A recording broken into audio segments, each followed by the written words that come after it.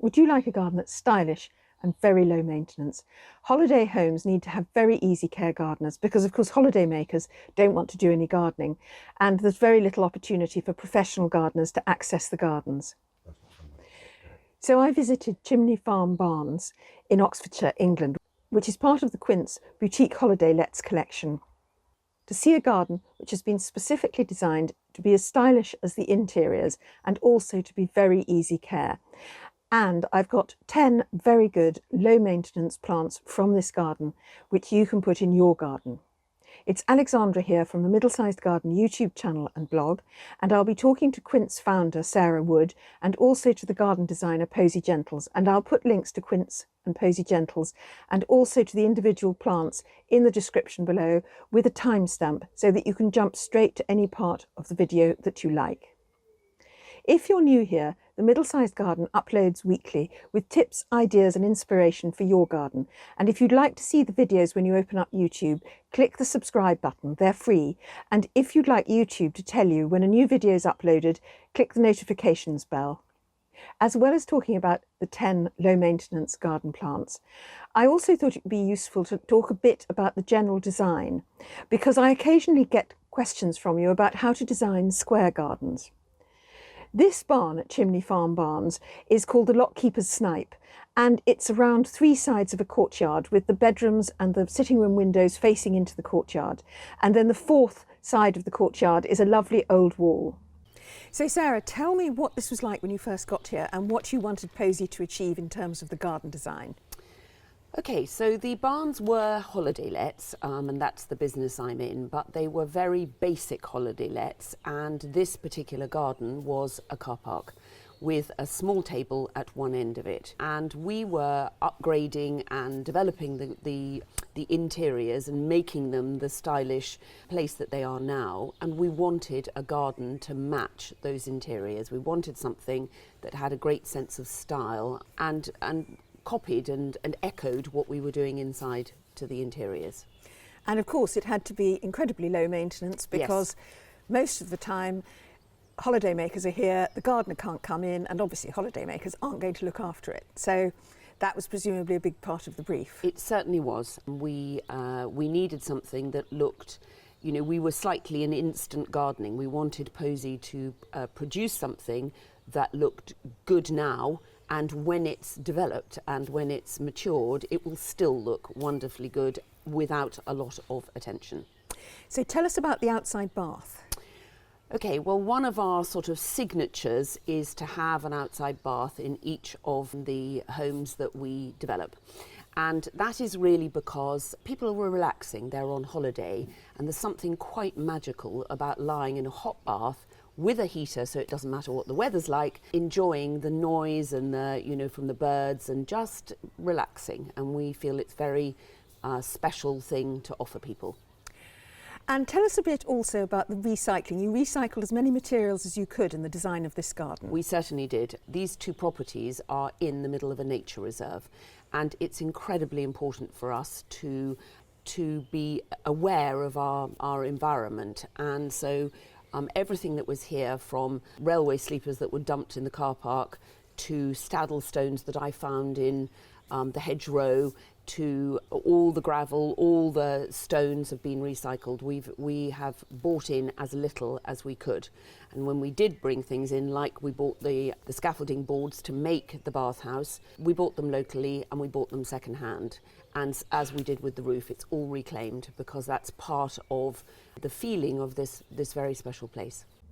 So the problem that Posy had was to divide up the garden and to create separate spaces, because the Lockkeeper's Snipe sleeps up to 14 people, and to give people an opportunity to perhaps separate out in groups to chat and to enjoy different parts of the garden, but without making the garden feel more enclosed or smaller.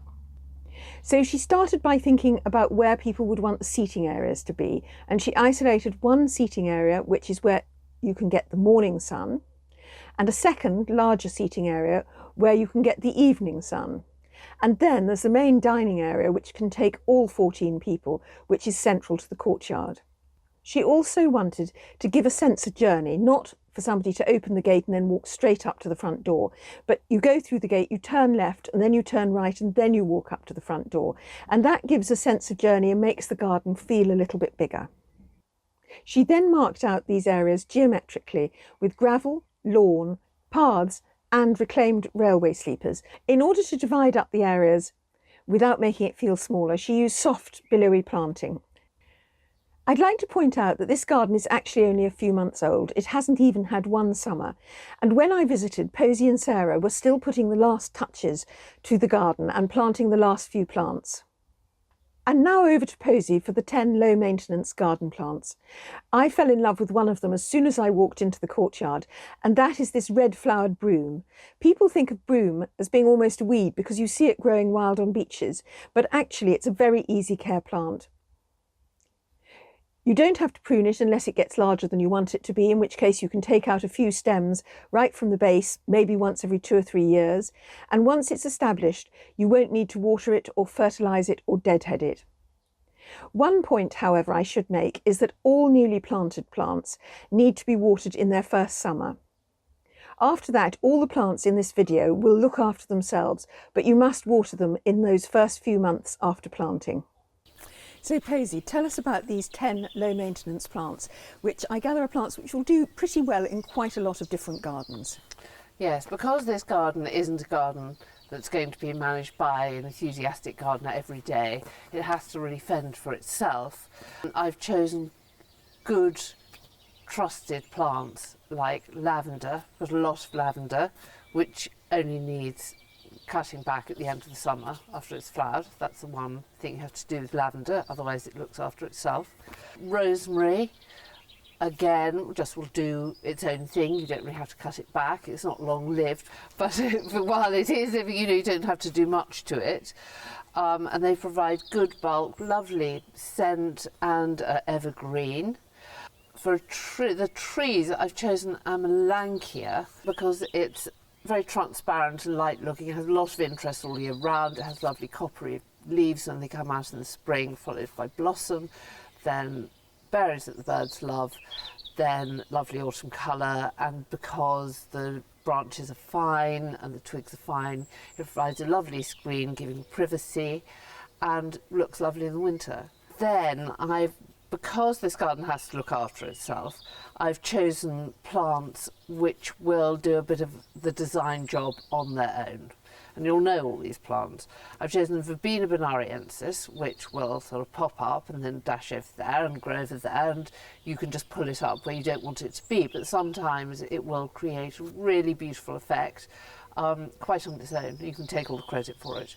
Then also another one like that is Erigeron karvinskianus, which is the little daisy which will seed in every little crack and cranny, and it will seed in gravel. We've got a lot of gravel here, and it just softens little hard corners of paving. Very pretty. Again, it will just pop up everywhere, and if you don't want it there, you just pull it out. No big roots or anything. It's a really fantastic thing. For ground cover and colour, I've chosen, well, there are several geraniums, but the one I really like is Geranium macrorrhizum. It's pretty much evergreen. It has a nice soft green leaf and pink calyxes, pink flowers in the spring, and that just kind of billows, and it will spread around, and you can pull it out when you don't want it. It's easy to pull out, but it will make ground cover. Then other plants I've chosen, all of these, once they're established, will be pretty good without too much watering or care. Sedums, of course, which have that lovely sort of mound of fleshy blue-grey leaves, purpley, many different varieties. In here I've actually just chosen Herbstfraude because it's tough and beautiful. It's really beautiful. And you can have the flowers at the end of the summer, then you leave the flowers all winter. They look great, and then snip them off in the spring, just as the new leaves coming up. Gaura similarly just has flowers the latter part of the summer, and just flowers and flowers for months. Lots of flowers. You don't have to deadhead, but it gives you that really soft, white, swooshy look, which looks really nice with grasses. And I think with things like sedums, which have a sort of more solid, down-to-earth look to them. One really good shrub I've chosen, which some people despise because it does so well, I think, and is excellent for softening hard corners. You can put it in the corner, dark corner of a building, is Choisya ternata. But I really love it because it just nearly always thrives.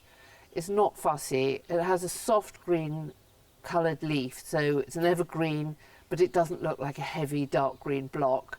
You get scented flowers, little white flowers in the spring, and again in the autumn. It has a lovely soft billowy look, and you can hack bits off it and it doesn't take offence, you know, it'll just re-billow itself. It's a marvellous plant. The idea is, as well, as the plants grow, there'll be less bare earth. It'll cover the earth, so weeding shouldn't be a problem. And in areas we've put gravel, you know, the plant's growing up out of the gravel, so weeding isn't a problem there. If you love plants that are going to make your garden look absolutely stunning, there's a flower colour playlist at the end of this video. And if you'd like more tips, ideas and inspiration, then do subscribe to the Middle Sized Garden YouTube channel, and thank you for watching. Goodbye.